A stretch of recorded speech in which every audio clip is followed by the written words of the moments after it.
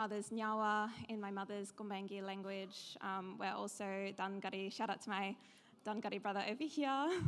It's good to have mob that you're connected to. And on my father's side, I'm Kabi Kabi and Yinabara. So Yira Yalambo, Yira Yilana, always was, always will be Aboriginal land. So I'm presenting today on my PhD research, which I'm doing at the University of Queensland. I'm 2.5 years in, and I have a lot of writing to do, but I think I'm getting somewhere.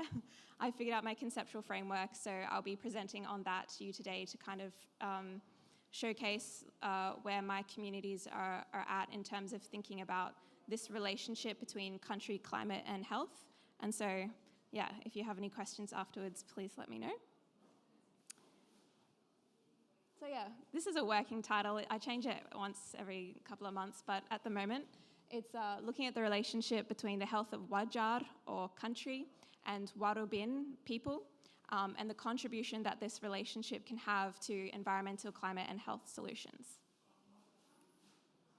So just to place space myself, this is my mother's family. This is everything of who I am. You know, for Aboriginal people, we're the physical manifestations of our lands, of our country, of our ancestors, and so it's really important to honour that. And so I'd like to just honour, my mother's side and where I come from. But this is a photo of my mum and me at a protest when I was a baby. It was about living with less waste, which, I feel like she's kind of just always had me involved in this movement, because when we talk about country and when we talk about the fight for our country, it's the fight for our life. It's the fight for our cultural practices and our right to continue caring for and looking after country. Like, that is our full-time job. And when you take Aboriginal people away from being able to practice our full-time job, that is detrimental to our health, to our well-being, to our livelihoods. As you might have seen in some of the statistics in Janine's presentation earlier, where our life expectancy is decades behind non-Indigenous people. It's our babies, it's our chronic health conditions. Every single health statistic that there is saying Aboriginal and Torres Strait Islander people in Australia are not well. And we know why. Colonisation and the ongoing impacts of that is impacting our ability to not only be healthy, but to be healthy in the way that we perceived health prior to colonisation, because it wasn't simply the absence of disease. It was a holistic practice that was deeply interconnected with the land. And so that's what my research is trying to advocate for. We need to get back to that. So yeah, that's my grandfather. He's a legendary fisherman. He passed away a few years, but he always encouraged me to continue studying, so I feel really honoured. He also taught me about how to paint up, which is what I'm wearing at the moment. This is ochre from my country. It's a place called Red Rock. It's called Red Rock because when the colonisers came there, they pushed all of my people off cliffs and stained the cliffs with their blood. And so my cousin got ochre from that place as a way to give me strength and to remind not only myself, but everyone who might see this, even if you don't know the story, that I'm still here, my people are still here, we're still fighting, and we're still thriving. And then that's his mother, my Nana Sarah Kelly, who she was prohibited from speaking her language, which is Dangari language. And so it's a real honour for me to be able to learn that and to share that with you. So part of this PhD process is actually being able to spend time with my community and to spend time about learning about all of this. Just because, why not get the institution to pay you to reclaim back who you are? So this is my Babagas family. This is my father's family. As Janine also mentioned earlier in her presentation, the impact of missions really, had such a detrimental impact on the lives of Aboriginal people in Australia. So my father's family were moved from their traditional lands and placed into Baramba, also now known as Cherbourg, and also Palm Islands, where they had no exercise or practice of their humanity, of their human rights, and if they wanted to access that, they had to deny their cultural identity and sign a certificate of exemption just to be able to participate in, what was Australian society at that time. So that's the legacy, that's the story that is within my family, and there's still a lot of, the impacts of that experienced in my families. I still have a family that live out on the missions, and when you see what's going on for them, we really have to, I think what Janine was speaking to earlier, we have to have that truth and that storytelling and that healing, because my people, my communities want you to work with us. If you live on our lands, you have to sit with us and learn and listen and care, because that's now your job too. And that's my grandma and my great-grandma. Oh, sorry, I forgot. I have a little animation. Hold on. Nope. Do you know how to? Oh. Country forms part of our identity, who we are, and connects us to our elders. So country, means my old people, it means me.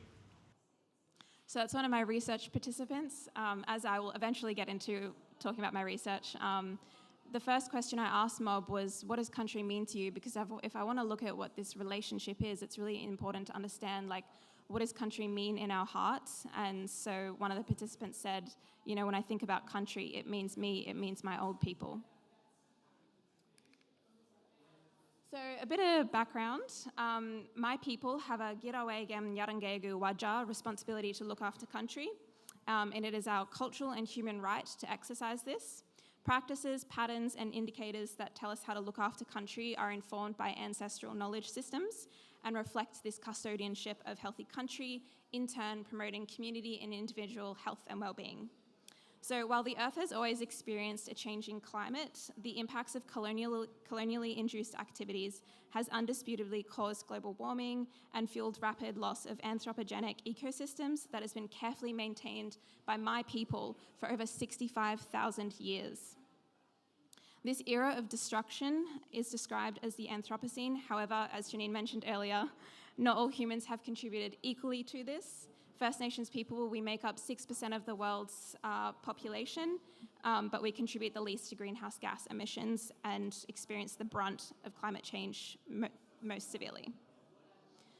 Descendant of the Miriam peoples of Torres Strait Islands, Professor Kerry Arabina explains that our identity as human beings remains tied to our lands, our cultural practices, our systems of authority, of social control, our intellectual traditions, our concepts of spirituality, and to our methods of resource ownership and exchange. If you destroy this relationship, you damage, sometimes irrevocably, individual human beings and their health. So these are just some photos that I have taken whilst conducting my research. Fish nursery, which are really important because that's where all our fish babies grow up and can go out into the ocean. So it's really important to protect these sites and to understand that these sites need protection. Sometimes when I walk past, I'll see people kind of like fishing or disturbing it, and it really irritates me because, if everyone could just understand that we need our fish to grow up strong to be able to go back into Gaggle, then we have to leave them undisturbed while they're in their nurseries.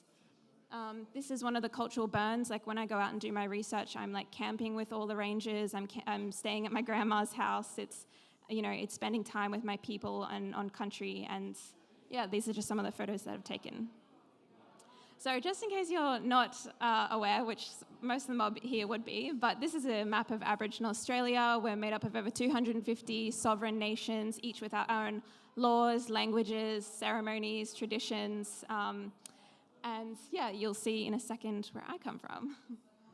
So my research is looking at my mother's communities, which is on the mid-north coast of New South Wales, so Gumbaynggirr, Dungari, Bundjalung, and my father's community, which is Kabi Kabi and Yinnaburra, but I'm also working with Waka Waka mob because we have a lot of shared story. We have a lot of sites and places that we share and are really interconnected, so they're also a part of my study. Here's some more photos. This is a photo of on my family's property. We have, this is a midden. It's actually protected under the Aboriginal Heritage Act. It's a 70-year-old midden that my family have been contributing to for the last 70 years, which is really special because that is a cultural practice, and the impacts of like stolen generation and assimilus policies really impacted that. But we've been able to, through long story, my great-grandfather was able to buy some lands back in the 60s, and the government freaked out. They were like, oh my God, a traditional owner just bought back his own land, and then they put some more strict laws around Coffs Harbour. But so we've been able to have access to that, which has been really generative to our health and our story as a family. So yeah, that's a midden that we still contribute to this day. It's a massive rainforest tree. There's lots of trees in this presentation because they're my favorite. So this is just to kind of describe a little bit more about my lands, because this research, like while it's on health, like country is health. So how can I not honour, I couldn't do this research properly if I wasn't completely honouring what it is to honour country. So here's the boundaries of Gumbaynggirr Wadja. We have the Clarence River between Bundjalung and Gumbaynggirr, and the Nambucca River between Gumbaynggirr and Dunghutti. And here's a language map, and I'll just play a short video of one of my Gawas speaking about the importance of language. Okay, no, it's yeah. Could you please press the little microphone?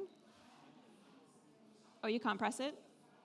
Okay, basically he's just saying that like language comes from the lands, and in that way we have to protect the land because we're protecting our language and protecting our health.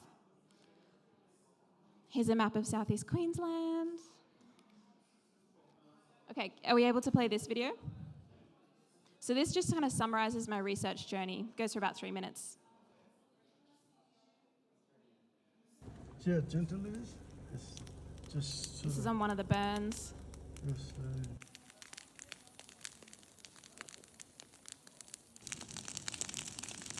You can see how slow and gentle and calm it is.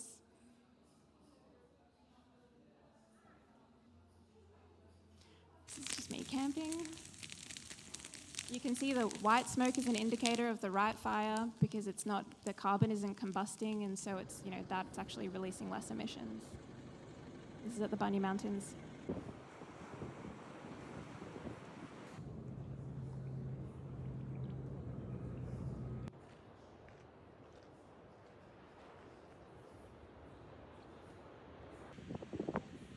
Pot of dolphins. Flying over a mine. This here's Coffs Harbour, where I'm from.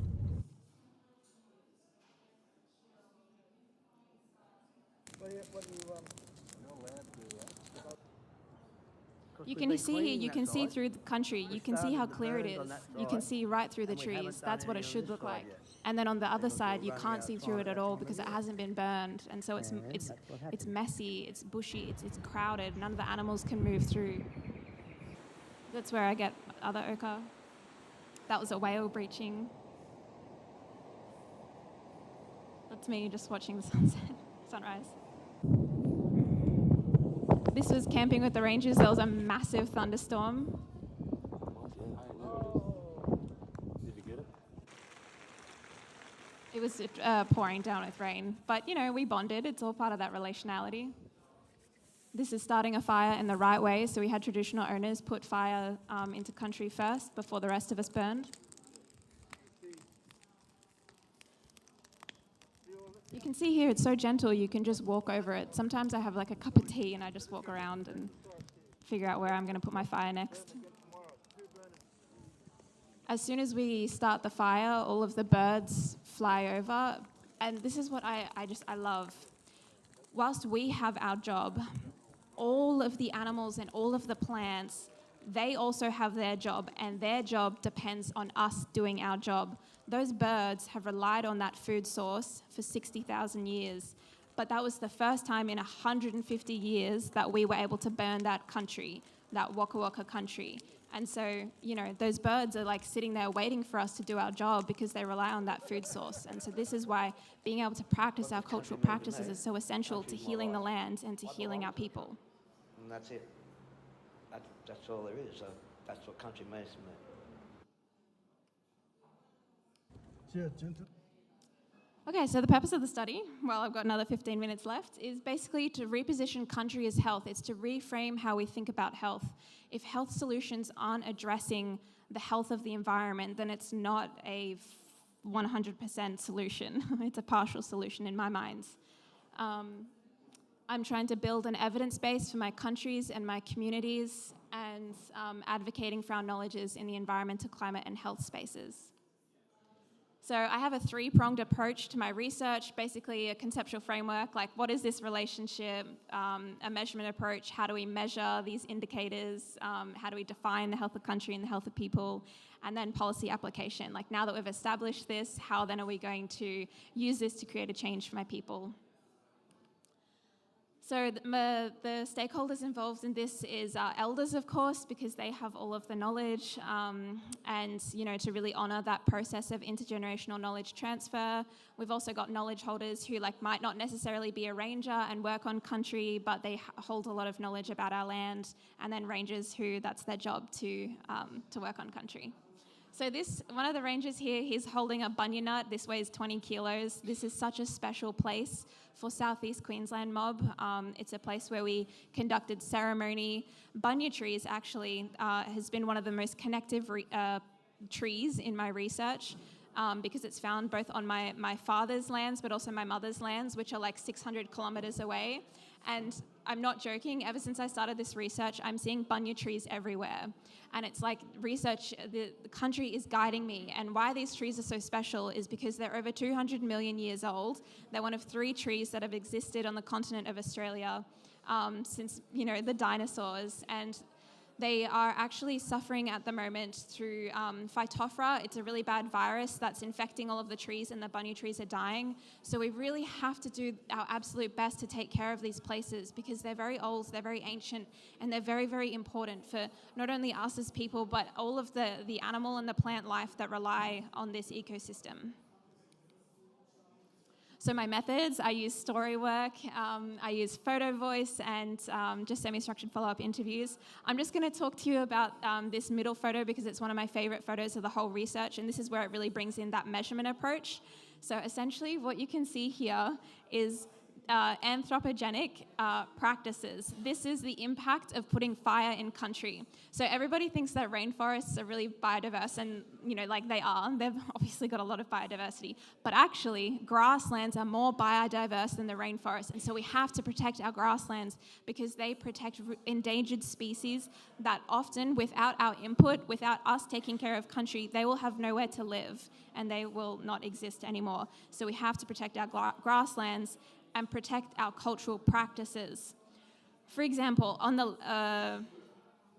here, you can see how it's opened up. So these are old pots. This was created through putting fire into the land. So the rangers have been burning this for decades and creating these open places, and the impact that has means that all of the endangered skinks and insects that live there have a place to live, and it creates balance in the ecosystem. It creates balance in country, and that is what healthy country is. It's a balanced environment, and so we have to bring back that balance. This is really boring. This is just my methodology, or that kind of, this is what I'm doing basically, collecting my data, analyzing it, and now I'm writing up my 80,000 words. Fun times. Okay, so here's the fun stuff.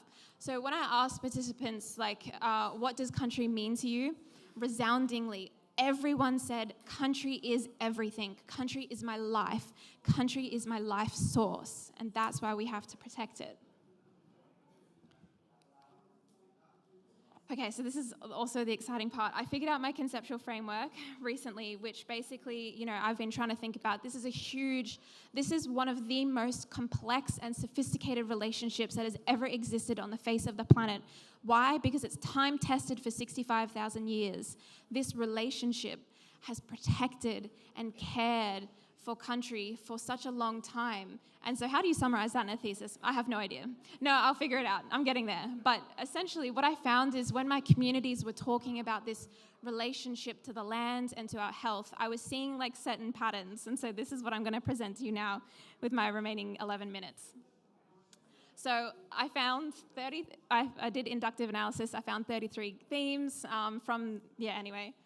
It's a little bit academic jargon, but basically, then I asked mob, what are your cultural responsibilities to country, to figure out how then do we actually care for it and practice that relationship?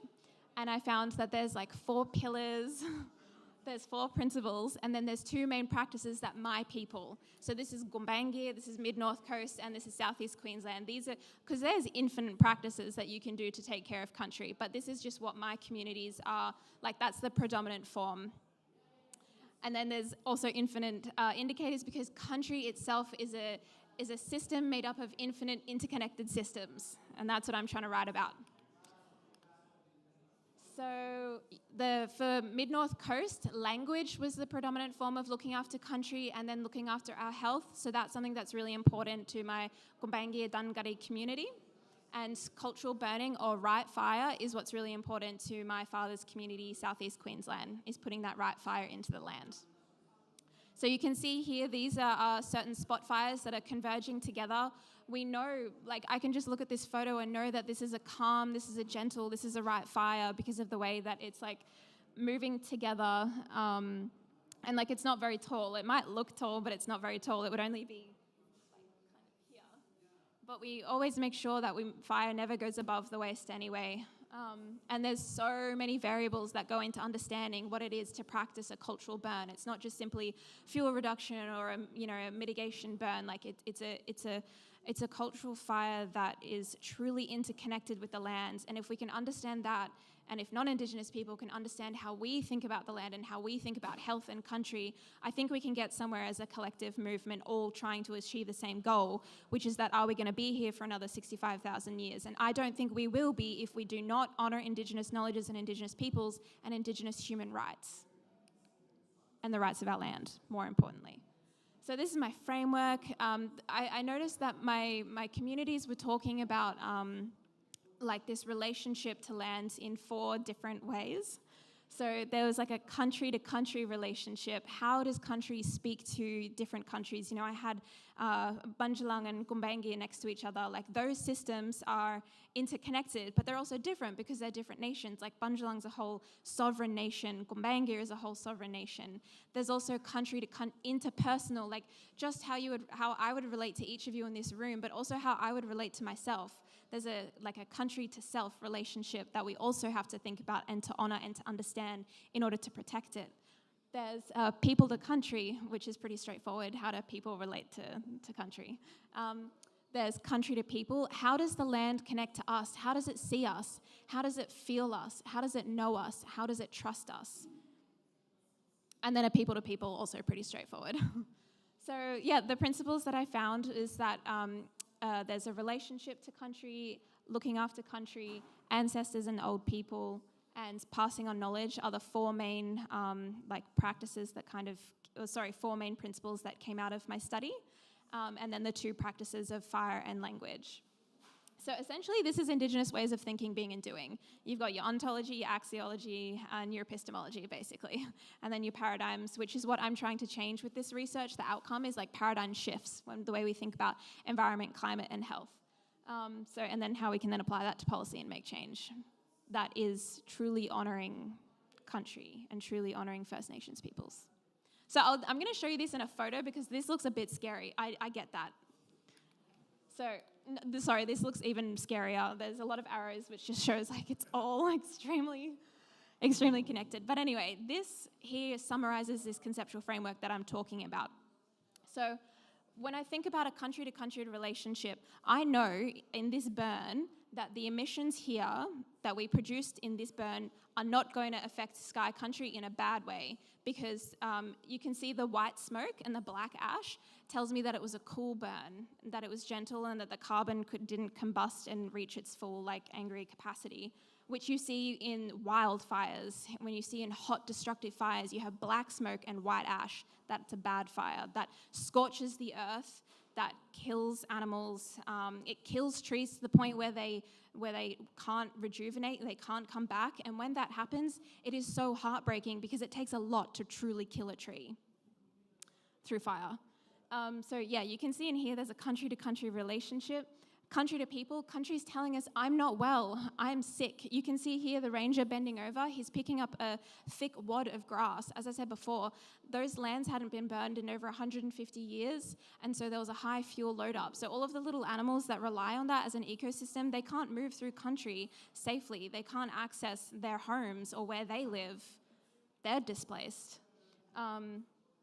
People to country, by us putting fire into country, we are healing it and protecting it and taking care of it. So we're honouring our cultural responsibilities and our job that I spoke about earlier. And then people to people, when I go to these, sometimes I rock up and there's 30 men. That's another thing I need to talk about eventually. We need all of us community. We need our bubs, we need our women, we need our men, everyone. But, I'll rock up and they'll be like, hi. And I'll tell them, they're like, who are you? Who's your mob? And I'll tell them. And then immediately there's that relationship. They're all my countrymen.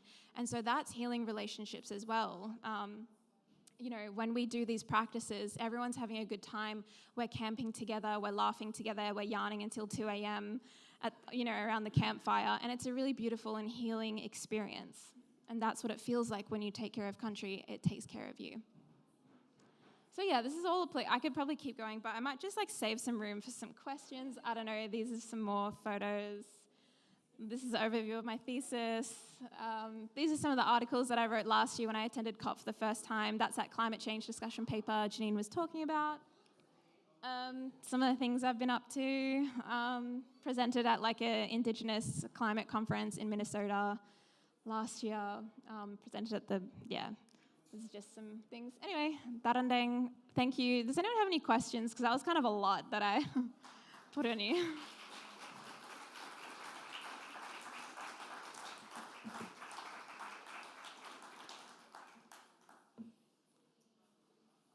Questions? No? Cool. Well, thank you so much for listening. And you can read my thesis next year.